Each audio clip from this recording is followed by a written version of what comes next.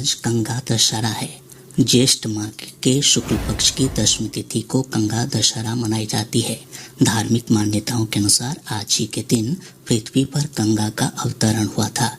इस अवसर पर पटना, सिमरिया धाम, बक्सर, भागलपुर, मुंगेर और खगड़िया के विभिन्न गंगा घाटों पर बड़ी संख्या में श्रद्धालु सुबह से ही स्नान कर रहे हैं।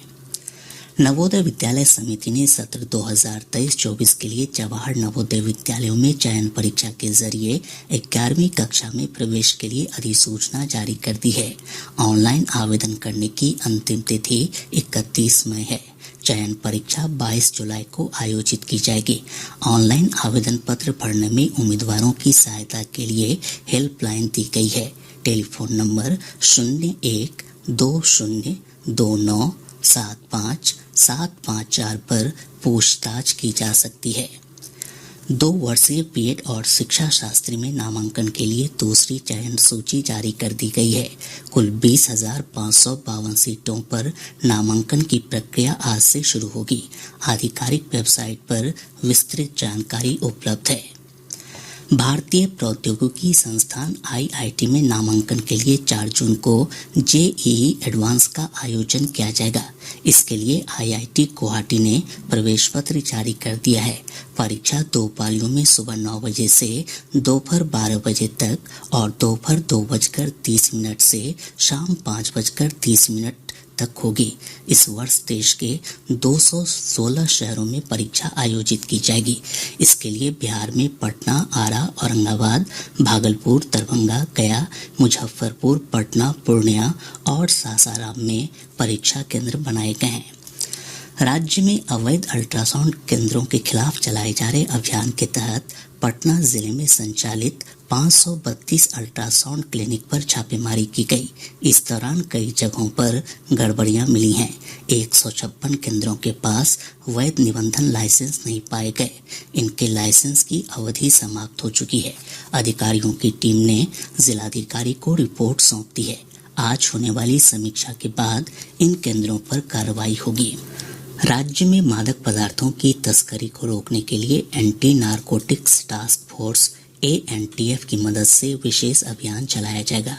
एडीजी मुख्यालय जितेंद्र सिंह गंगवार ने पटना में आयोजित प्रेस वार्ता में बताया कि प्रदेश में एंटी लीकर टास्क फोर्स की तर्ज पर एएनटीएफ भी कार्रवाई करेगी। उन्होंने बताया कि तस्करों की गिरफ्तारी के लिए जिलों को भी अभियान चलाने के आदेश दिए गए हैं। पछुआ हवा के प्रभाव से प्रदेश के तापमान में बढ़ोतरी हो रही है। मौसम विभाग ने कहा कि अगले 3 से 4 दिनों में राज्य के अधिकांश हिस्सों में तापमान में 2 से 3 डिग्री सेल्सियस की बढ़ोतरी होने की संभावना है।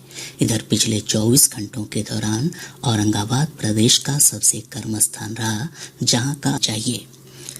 मुख्यमंत्री नीतीश कुमार आज बेगूसराय के सिमरिया धाम के सौंदर्यीकरण कार्य की आधारशिला रखेंगे।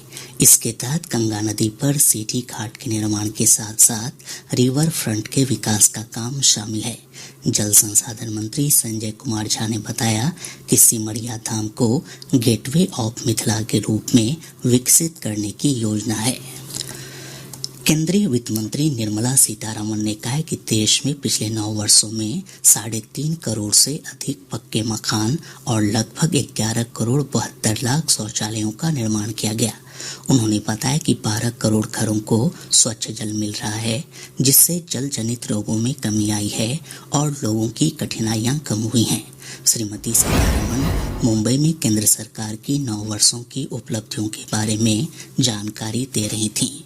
अहमदाबाद में केंद्रीय सूचना और प्रसारण मंत्री अनुराग सिंह ठाकुर ने कहा कि हमारी सरकार ने कमजोर वर्गों के लिए विभिन्न कल्याणकारी कार्यक्रम और योजनाएं बनाई हैं। श्री ठाकुर ने कहा कि किसानों को 2 करोड़ 30 लाख रुपए की सब्सिडी दी गई है। उन्होंने कहा कि भारत 9 वर्षों में दुनिया की सबसे तेजी से बढ़ती अर्थव्यवस्था होने के अलावा दुनिया की 5वीं सबसे बड़ी अर्थव्यवस्था के रूप में उभरा है। केंद्रीय जल शक्ति मंत्री गजेंद्र सिंह शेखावत ने कहा है कि प्रधानमंत्री नरेंद्र मोदी के नेतृत्व में 9 साल के दौरान किए गए कार्यों से लोगों का लोकतंत्र में भरोसा बढ़ा है। श्री शेखावत पटना में नरेंद्र मोदी सरकार की 9 वर्षों की उपलब्धियों की जानकारी दे रहे थे। उन्होंने कहा कि पिछले 9 वर्षों में देश कई मामलों में आत्मनिर्भर बना है। केंद्रीय मंत्री ने कहा कि विश्व में अर्थव्यवस्था की डामाडोल स्थिति के बावजूद भारत की आर्थिक स्थिति मजबूत रही है। उन्होंने कहा कि कोविड महामारी के दौर में 220 करोड़ टीके मुफ्त उपलब्ध कराकर प्रधानमंत्री ने देशवासियों को मजबूत सुरक्षा कवच प्रदान किया। शिक्षा विभाग ने शिक्षक नियुक्ति के प्रावधानों में बदलाव किया है। इसके तहत पीई और बीटेक पास अभ्यर्थी बिना बीएड की डिग्री के कंप्यूटर शिक्षक बन सकते हैं। विभाग ने 7,000 कंप्यूटर शिक्षकों की नियुक्ति को लेकर अर्हता की अधिसूचना जारी कर दी है। वहीं वर्ष 2019 या उसके बाद जिन विषयों में एसटीईटी परीक्षा नहीं ली गई है, उन विषयों में एसटीईटी या समकक्ष परीक्षा में उत्तीर्ण अभ्यर्थियों को बहाली में अधिकतम आयु सीमा में 10 साल की छूट दी जाएगी। विभाग ने इस संबंध में अधिसूचना जारी कर दी है।